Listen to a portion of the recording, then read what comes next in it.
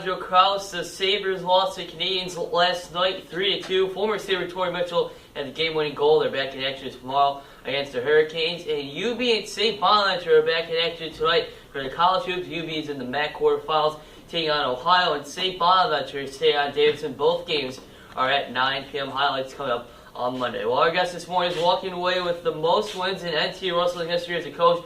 14 years and 2 stints with the program, and has been involved in high school wrestling for nearly 5 decades. Please welcome NT wrestling coach, Mr. Dan Fire.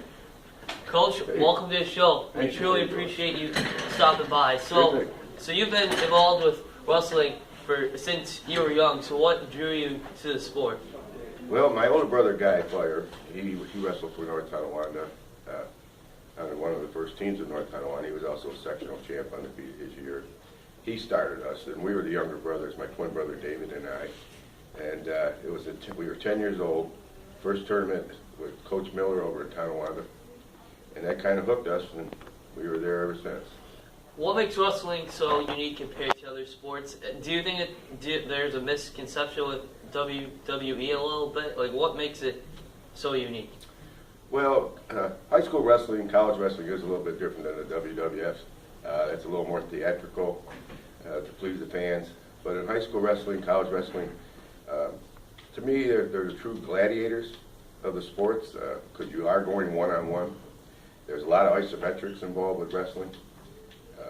It pushes you to your limits. You have no choice. Yet you're out there on the mat by yourself.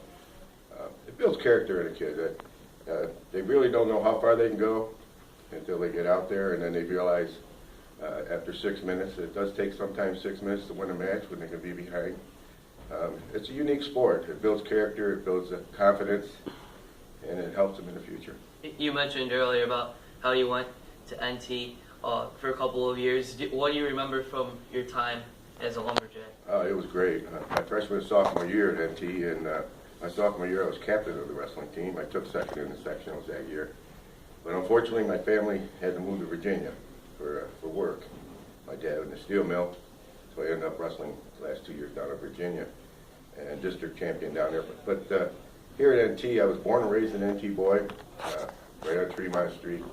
And NT was always our first love in the family with us. And I went on into the service after that. The Vietnam Purple Heart veteran. When I became a postmaster, and I was transferred out to Kansas, and where I did my coaching out there for about 23 years, coaching out there with state champs, national champs, international champs. But then I transferred back to North Tonawanda. There was an opening, and the route is NT, so I had a chance to come back here and work at the post office here in Niagara Falls, and to finish up my retirement before I retired, and then walk back into the program here where I had an opportunity to take it over again. And, my first goal with the first stint was to get North Tonawanda,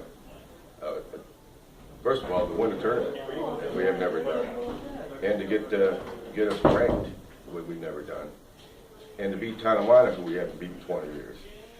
So we did that on the first stint. And when I came back this time, I had the same goal. I wanted to beat Tonawanda again, who we haven't beat since I left.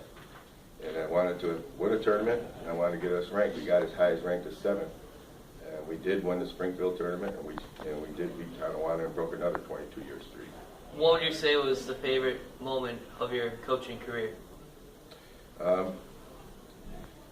Actually, it isn't on the mat. It's afterwards, when I run into my wrestlers and find out they're doctors and lawyers and own businesses and they're prominent in the community. You can't get a better thank you than that. But if you want to talk about on the mat, I guess my greatest moment was winning the state championship in '95. And Dan Paulson, yes. Most notably, led the way now on the NT Wall of Fame. So what are your thoughts on how this season went? It was probably just like every season for you, but when did you know that it was time to walk away from the sport? Well, I am 65 years old now, and you know it's a very physical sport out there. And I always felt if I couldn't give them 100% on the mat, that it's time to move over because we have a lot of good young coaches. We have a great staff, a good technique staff. So I didn't want to hold these guys down. They deserved their shot. Coach Joe Hooley, he's been with the NT program for the last 8 years. And these guys are young, got families, and I'm retired. And just figured it's time to step by and let these guys get their glory. We don't want to spotlight him out, but Troy Keller, most notably, just wrapped up a 6-year stint with the program. How would you describe him on and off the mat in a few words? Well, Troy is a class act on and off the mat. On the mat, he's a warrior. He's a real true lumberjack. He works hard. He did work hard. He worked hard during the summer, wrestling matches all summer long, about 70 during the summer. That was his whole career for the last 6 years. I've been with him the last 6 years, and he was totally dedicated to this sport, and it paid off. He got into the finals. He beat the second ranked at the tournament. He beat the third ranked at the tournament, pinning the second ranked. And then getting into the finals, and of course he got in the finals with a returning state champ who was ranked 7th in the nation. Just a little tough, but Troy has nothing to. He should be proud of everything he's done. He's actually the most wins of NT history in pins. Absolutely, one of the greatest lumberjacks. You have to consider him now because of what he's done. Last question for you, Coach, because you like you mentioned, you were born in NT.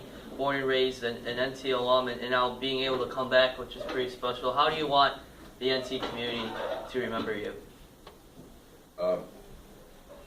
As a friend.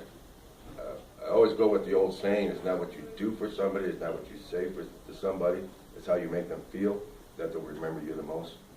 And I try to keep that in mind all the time. So just to be remembered as a friend. Head coach Dan Fire from NT Wrestling Coach, we truly